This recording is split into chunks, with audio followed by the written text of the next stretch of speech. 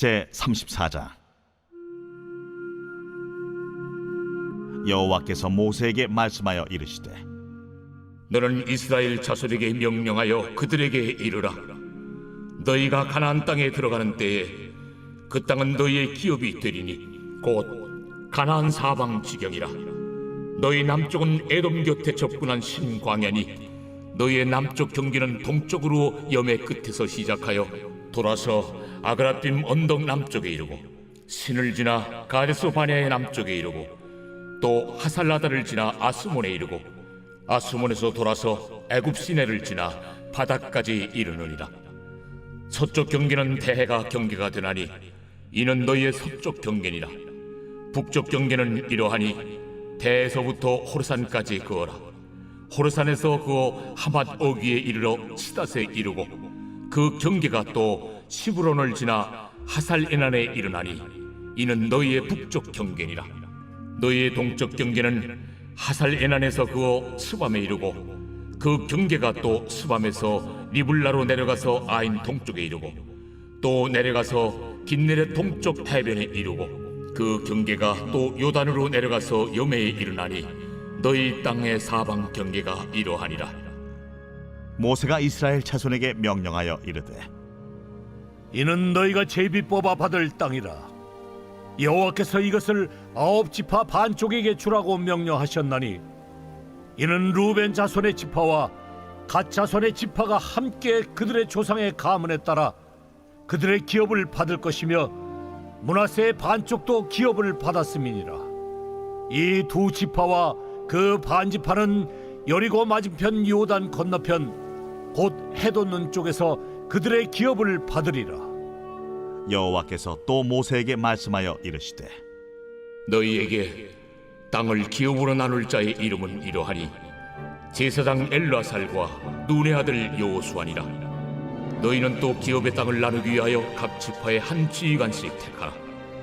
그 사람들의 이름은 이러하니 유다 지파에서는 여분네 아들 갈렙이요, 시몬 지파에서는 암미우스의 아들 수멜이요, 베냐민 지파에서는 기슬론의 아들 엘리다시요, 단 자손 지파에서는 지휘관 요굴리 아들 붓기요, 요셉 자손 중 므낫세 자손 지파에서는 지휘관 에봇의 아들 한리엘이요, 에브라임 자손 지파에서는 지휘관 십단의 아들 그무엘이요, 스불론 자손 지파에서는 지휘관 바르나게 아들 엘리사반이요, 이사갈 자손 지파에서는 지휘관 아산의 아들 발디엘이요, 아셀 자손 지파에서는 지휘관 슬루미의 아들 아히우시요, 납달리 자손 지파에서는 지휘관 암미우스의 아들 부다헬이니라. 이들이 여호와께서 명령하사 가나안 땅에서 이스라엘 자손에게 기업을 받게 하신 자들이니라.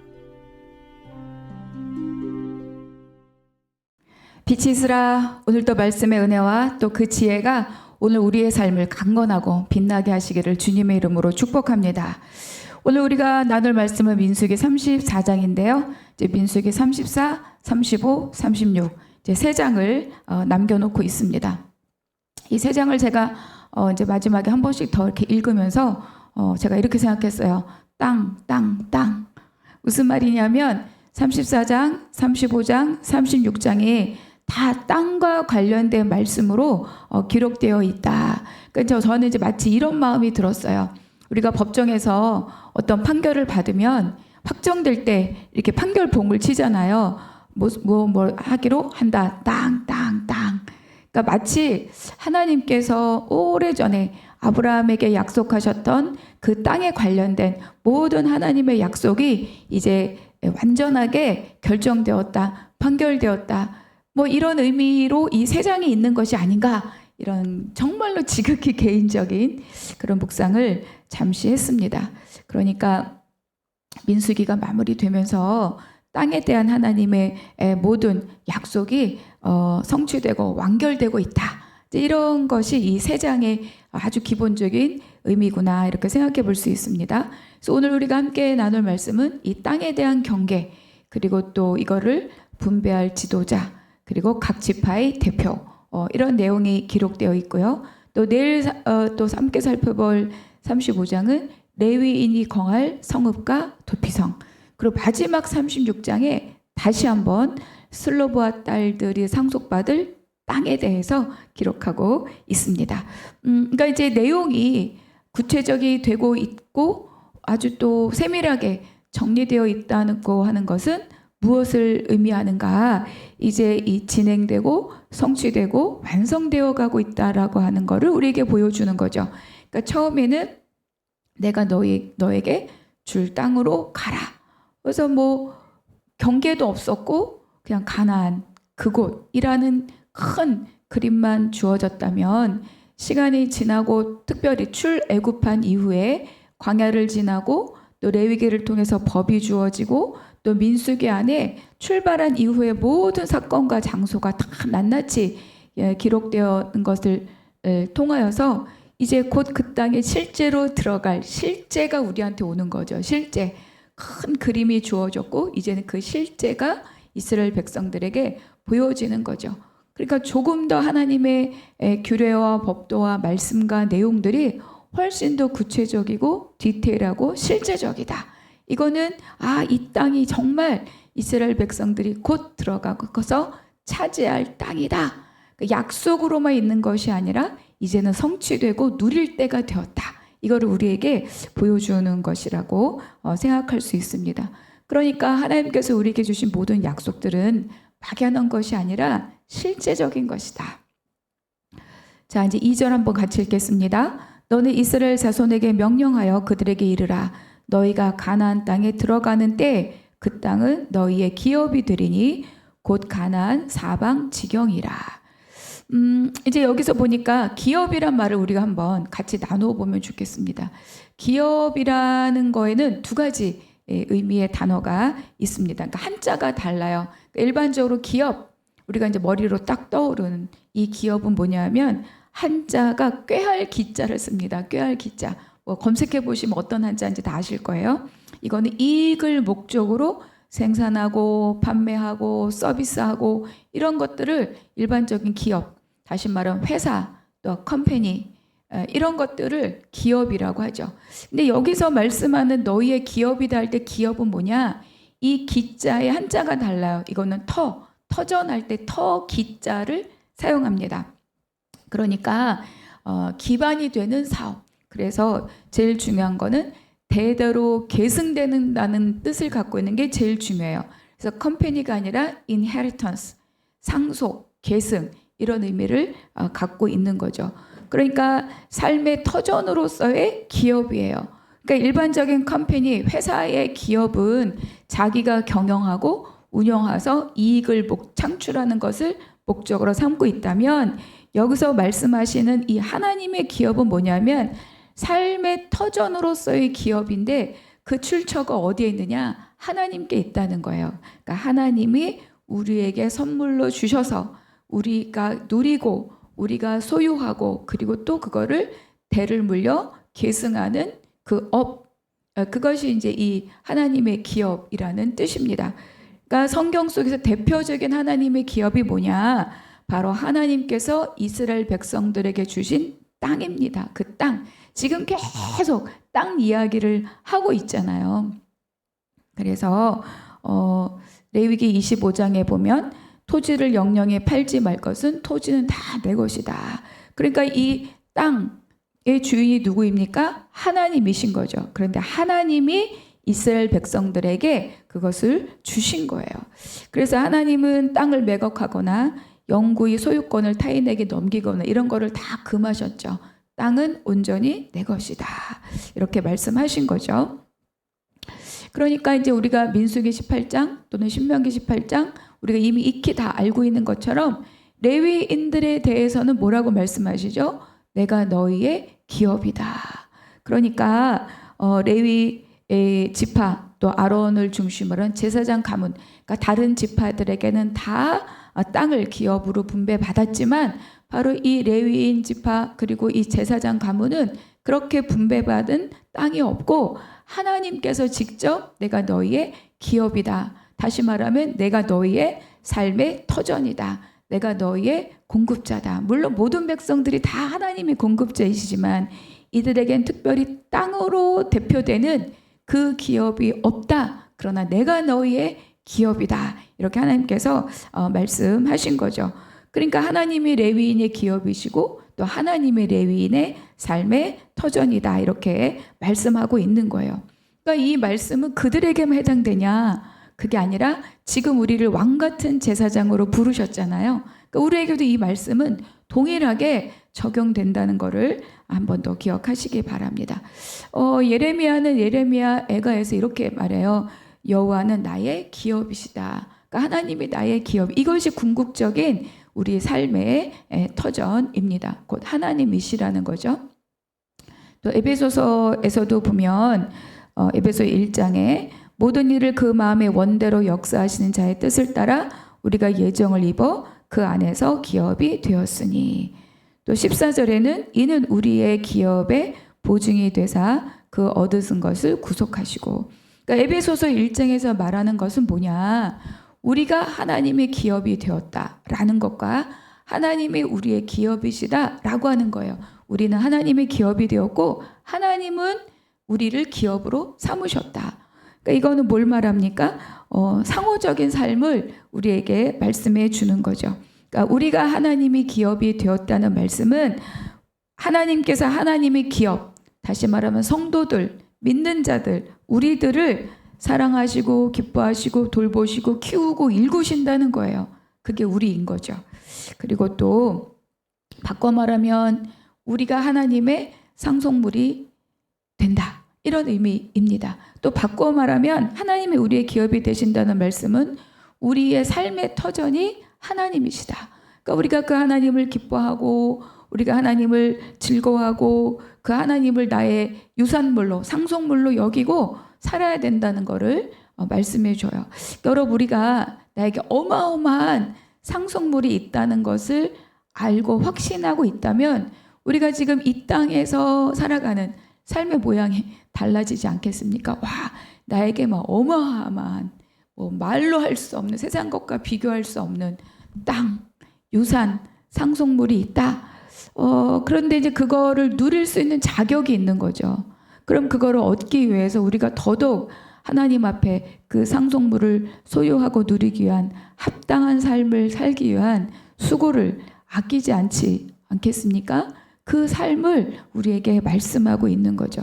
그러니까 우리는 이 땅에서 세상 사람들과 동일한 환경 가운데 살아가지만 그들은 지금 내가 눈에 보이는 이것, 이 땅에서 살 것들을 위해서 고민하고 고통하고 또 더 많이 갖기 위한 수고를 하는 것에 인생을 걸고 있다면 우리는 내가 지금 이 땅에 나에게 이미 상속물로 기업으로 주신 이 삶의 환경이 하나님 나라와 어떻게 연관될 것이냐를 기도하고 바라보고 소망하는 그런 삶을 살고 있다는 것, 이 차이가 있는 거예요. 그러니까 삶의 터전이 다르고 삶의 방향성이 다르고 삶의 목적이 다르다. 이 관계를 우리가 이제 이해를 하면 내가 지금 여기를 살아가는 그 관점과 생각과 수고에 대한 나의 평가가 너무너무 달라질 것입니다. 그래서 지금 나의 고민, 나의 탄식이 무엇 때문이지? 어떤 소망 아래 지금 내가 이 고민을, 이 아픔을 겪고 있는 것인지 한번 돌아볼 수 있기를 바랍니다. 그 3절부터 쭉 남쪽 경계는 이러하니 서쪽 경계는 이러하니 북쪽 그리고 동쪽 이렇게 쭉 경계를 하나님께서 말씀해 주고 있어요. 그리고 이곳은 이제 다 9지파 반이 제비를 뽑아서 분배받을 땅이고 2지파 반 루벤, 갓 그리고 므낫세 반지파는 이미 동쪽편에 그 기업을 얻었다. 그런데 이제 여기에 기록되어 있는 이 땅의 경계대로 이스라엘이 온전하게 나라를 다 이루고 또 통치하고 정복하고 누렸는가에 대해서는 평가가 굉장히 다양하고 기본적으로 온전하게 누린 적이 없다. 또 아니면 다윗과 솔로몬 시대에만 누렸다. 이런 다양한 평가들이 있어요. 근데 더 중요한 것은 뭐냐? 하나님이 주신 땅이고 그리고 여기 안에 경계가 있다는 사실입니다. 그러니까 두 가지 의미가 있죠.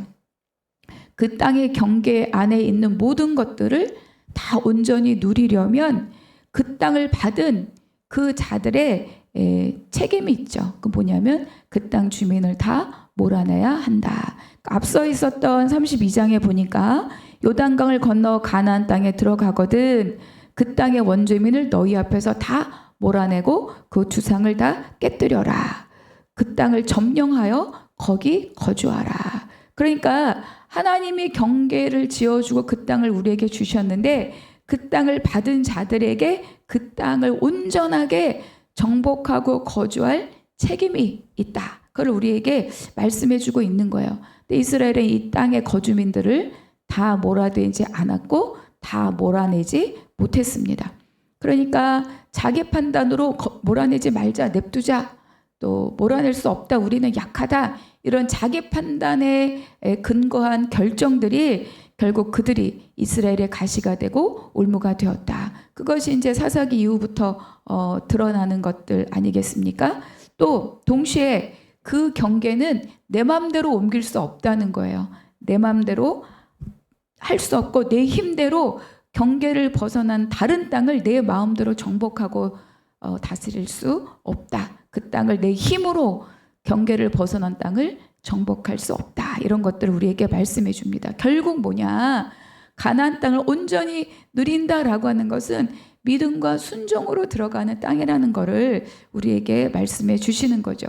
그러니까 하나님의 기업을 누리고 사는 방법입니다. 하나님이 우리에게 주신 것이 없는 것이 아니라 하나님이 우리에게 주셨는데 우리가 그것을 믿음으로 반응하고 순종으로 반응하고 있느냐가 너무 중요한, 누리느냐의 중요한 관건이란 것을 말씀해 주셔요. 그러니까 하나님이 나에게 주신 모든 삶의 환경과 관계가 바로 이 하나님이 나에게 주신 땅인데 이 땅들에 대해서 내가 어떻게 반응하고 있느냐가 너무 중요하다는 거죠. 17절, 너에게 땅을 기업으로 나눌 자의 이름은 이러하니 제사장 엘르아살과 눈의 아들 여호수아이니라. 그러니까 지도자들, 이제 모세의 시대가 끝나고 완전히 새로운 시대에 새로운 지도자들이 세워졌음을 말해줍니다. 그러니까 모세와 아론을 지명하여 부르신 하나님께서 다시 이제 엘르아살과 여호수아에게 그 모든 역할을 이제 승계하는 거죠. 그러니까 이제 이미 아론이 죽을 때 그 옷을 벗어서 엘르아살에게 입혔고, 그리고 이제 앞서서 이 여호수아에게 공식적으로 모세의 리더십이 이제 이양되었습니다. 다시 한번 모세의 죽음이 임박했음을 보여주기도 하는 것인데, 이 물러나는 자가 끝까지 다음 사람들이 든든히 그 역할을 수행할 수 있도록 다시 한번 공식적으로 이야기해 주는 거죠. 그러니까 여러분, 어떤 것을 끝맺고 새로 시작하는 것이 개인의 것이 아니라는 거예요. 다 무엇입니까? 하나님의 것이다. 하나님이 세우시고 하나님이 물러나게 하시고 하나님이 맡기시고 하나님이 이양하시고, 그러니까 우리가 믿는 자로서 나의 책임 안에 있는 일들을 어떻게 정리하고 시작할 것이냐, 또 내가 교회 안에서 내가 맡은 부서, 사역, 이런 일들을 어떻게 내가 책임질 것이며 어떻게 내가 하나님 뜻 가운데에서 내가 이양할 것이냐, 이거가 정말 아주 하나님 앞에 중요한 일이라는 것을 꼭 기억해야 합니다. 19절, 그 사람의 이름은 이러하니 유다 지파에서는 여분의 아들 갈렙이요. 그래서 므낫세 반 지파를 포함해서 10개의 지파의 이 이제 대표자들이, 지휘자들이, 지도자들이 쭉 이름이 기록됩니다. 여기 이제 갈렙을 한번 살펴보려고 해요. 갈렙은 이제 정탐꾼의 명단에 처음 등장한 사람입니다.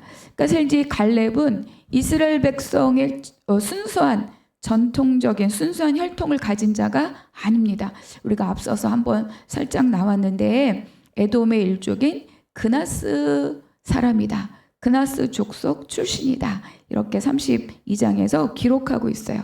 그러나 그럼에도 불구하고 그는 믿음과 순종의 삶을 통하여서 하나님의 약속을 굳건히 믿고 그들은 우리의 밥이다. 이렇게 말했잖아요.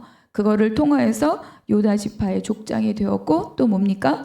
여호수아와 함께 다 정말 모세조차도 출애굽 1세대로 다 쓰러져 갔을 때 오직 그 출애굽 1세대 중에서 여호수아와 함께 가나안 땅에 들어가는 그 영광을 얻은 자가 바로 이 갈렙입니다.